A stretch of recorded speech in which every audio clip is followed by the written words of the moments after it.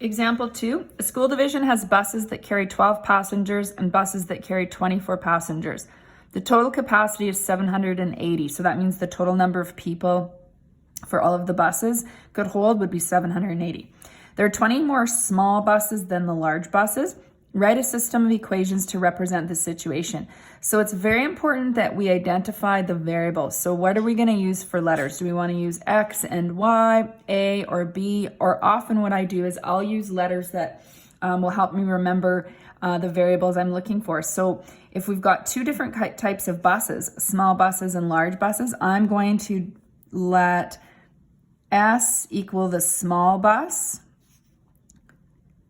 and I'll let L equal a large bus. So that's what I mean by choosing variables to help you remember what it is you're looking for.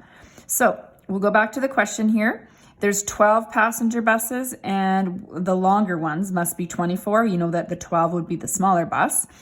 So, and if you fill up 12, if you have one bus, you'd have a small bus, you'd have 12 people. And if you had two, you'd go 12 times 2 is 24. So it's 12 times the number of small buses. And then it'll be 24 times the number of large buses would give you your total of 780. So that's the first system. So 12S, or equation rather, 24L is equal to 780. Now, there are 20 more small buses than large buses. So there's a couple ways we can write this. We could say, well, if there's, how many small buses are there? Well, there's however many large buses there are plus 20 more. So that could be written this way. Or, and I just want to show, you can rearrange all these questions, but this particular one, you might have thought of it in terms of large buses is the number of small minus 20. These are equivalent, of course, because if you were to get L by itself, you would just move 20 to the other side and say S minus 20.